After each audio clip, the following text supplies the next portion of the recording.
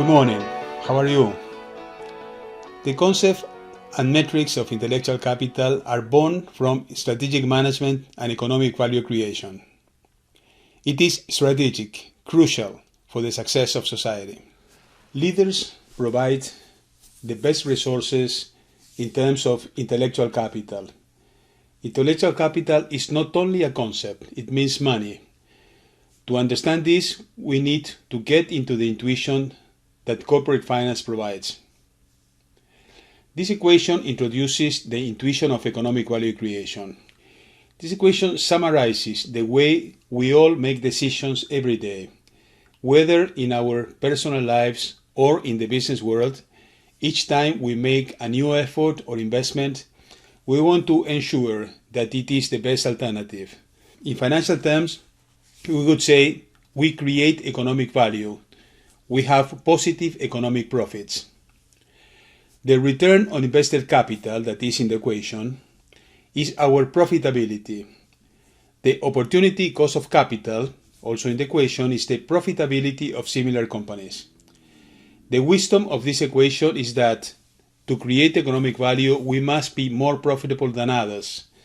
To succeed, we need to be better than others. We need to have better results than others. This is the first intuition we need to remember. The second intuition that economic value creation introduces is the concept of intellectual capital developed by Leif Edvinsson. The value of a company is what you invest in the company plus what the company can produce in the future. What the company can produce in the future depends on its resources, its intellectual capital, human capital, that is the value of knowledge, social capital, that is the value of relationships, renewable capital, that is the value of its capacity to innovate, and process capital, that is the value of its systems and processes.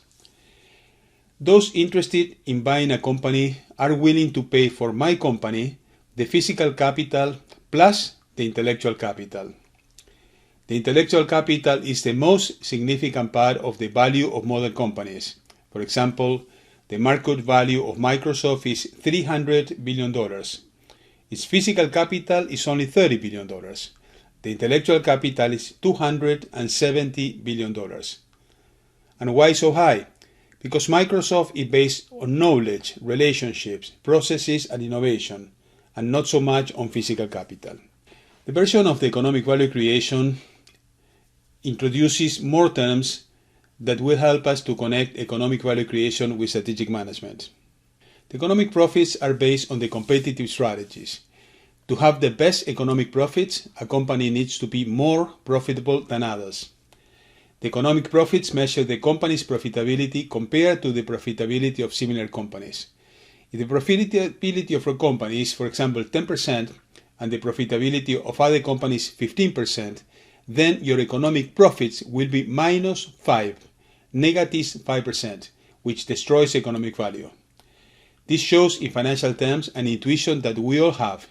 Each time we invest in a resource, we select the resource that provides us with the best outcomes. So we compare. Economic value creation requires a comparison. It's by nature competitive. The term G of the equation is the growth based on the innovation strategies. This long term is called the MVA, the market value added, which reflects the company's value based on the future cash generation, based on its resource strategies, human, social, renewal, and process capital. For this reason, the MVA, the market value added, is also called intellectual capital. The economic value creation equation helps us to build this simple but powerful model, which connects strategic decision with their capacity to create economic value. This is the foundation of a new strategic management, quite revolutionary, with powerful conceptual consequences. For simplicity, we will put the same graph in two dimensions. On the horizontal dimension, we have economic profits, also called EVA, economic value added, which is related to competition. In the vertical dimension, we have growth related to innovation. The third dimension, the future years, will be specified on each graph. To help understand how this model works, I simulated two examples. On my website, you can download the financial simulation with these 2 examples and others, if you want to experiment with it yourself. In this first example, the company ABC creates economic value. This is the graph we saw before. ABC is expected to grow in the following years and have positive economic profits. In other words, ABC will create economic value. I simulated a second company, XYZ. XYZ destroys economic value. For the next years, XYZ is expected to grow, but with negative economic profits, the more it grows, the more economic value it will destroy. You can see in the graph both companies, ABC, which creates economic value, and XYZ, which destroys economic value. What their competitive and marketing strategy should be during the following years, between 2024 through 2040. The innovation strategies between the same years, their resource strategies, their operation strategies, their human resource strategies, their organization strategies, their international strategies, their strategic planning strategies, their industry life cycle, the main theories they must rely on. This is revolutionary. We have simplified all strategic management in one simple page, and we can check the compatibility of all strategies. For example, this type of organization is compatible with these competitive, innovation, and resource strategies. And even more, with our strategies, can we create economic value?